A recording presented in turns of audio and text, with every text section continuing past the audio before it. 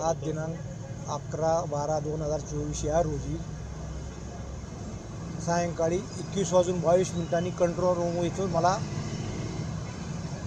Fire call झाल्याचं आग लागल्याची माझ्या फायर कॉल झाल्याची माझ्या मोबाईलवर स्वतःच्या कळवलं। त्यानुसार मी लगेच घटनास्थळी MIDC येथील एक पथक घटनास्थळी तात्काळ रवाना केले।